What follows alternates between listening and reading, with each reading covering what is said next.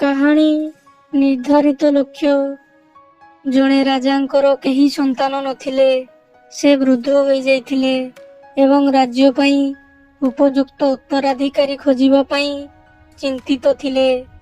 ଜଣେ ଉପଯୁକ୍ତ ଉତ୍ତରାଧିକାରୀ ଖୋଜିବା ପାଇଁ ରାଜା ସାରା ରାଜ୍ୟରେ ଘୋଷଣା କଲେ ଯେ ଏକ ନିର୍ଦ୍ଦିଷ୍ଟ ଦିନରେ ସନ୍ଧ୍ୟାରେ ଯିଏ ତାଙ୍କୁ ଭେଟିବାକୁ ଆସିବ ସେ ତାଙ୍କୁ ରାଜ୍ୟର ଏକ ଅଂଶ ଦେବେ।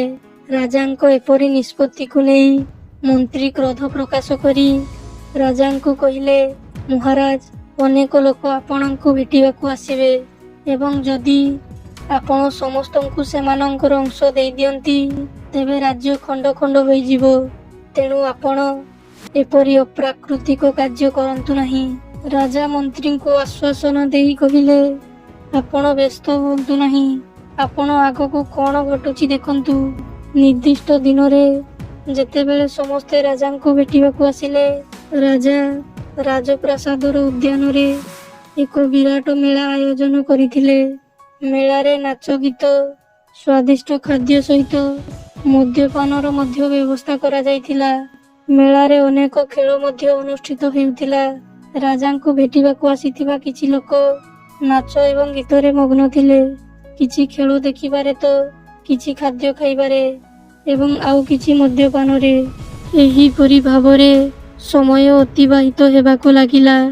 କିନ୍ତୁ ଏସବୁ ମଧ୍ୟରେ କିଛି ବ୍ୟକ୍ତି ଥିଲେ ଯେଉଁମାନେ କି କୌଣସି ଜିନିଷକୁ ମଧ୍ୟ ଦେଖିନଥିଲେ, କାରଣ ତାଙ୍କ ମନରେ ଏକ ନିର୍ଦ୍ଦିଷ୍ଟ ଲକ୍ଷ୍ୟ ଥିଲା ଯେ ତାଙ୍କୁ ରାଜାଙ୍କୁ ଭେଟିବାକୁ ପଡ଼ିବ।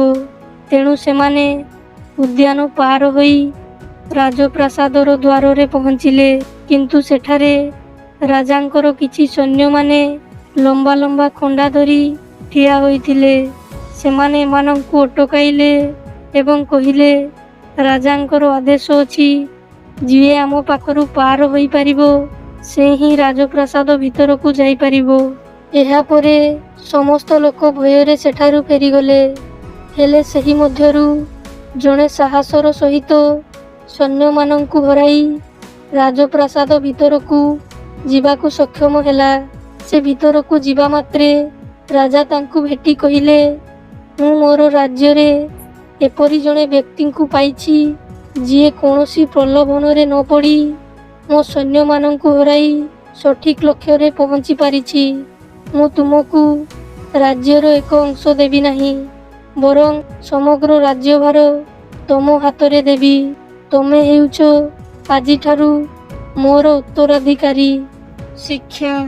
ଏହି କାହାଣୀରୁ ଆମକୁ ଶିଖିବାକୁ ମିଳେ ଯେ ଯିଏ ଏକ ଲକ୍ଷ୍ୟ ସ୍ଥିର କରି ସେଥିରେ ଆଗକୁ ଅଗ୍ରସର ହୋଇଥାଏ, କୌଣସି ପ୍ରଲୋଭନରେ ପଡ଼ିନଥାଏ ଏବଂ ବାଟରେ ଆସୁଥିବା ଛୋଟ ବଡ଼ ଅସୁବିଧାର ସମ୍ମୁଖୀନ ହୋଇ କଷ୍ଟକୁ ଅଣଦେଖା କରିଥାଏ, ପ୍ରକୃତରେ ସେ ହିଁ ତା ଲକ୍ଷ୍ୟକୁ ହାସଲ କରିପାରିଥାଏ। ଏମିତି କାହାଣୀ ପ୍ରତ୍ୟେକ ଦିନ ଶୁଣିବା ପାଇଁ ଚ୍ୟାନେଲଟିକୁ ସବସ୍କ୍ରାଇବ୍ କରି ନୋଟିଫିକେସନ୍ ବେଲ୍ ଆଇକନ୍କୁ ଦବାନ୍ତୁ।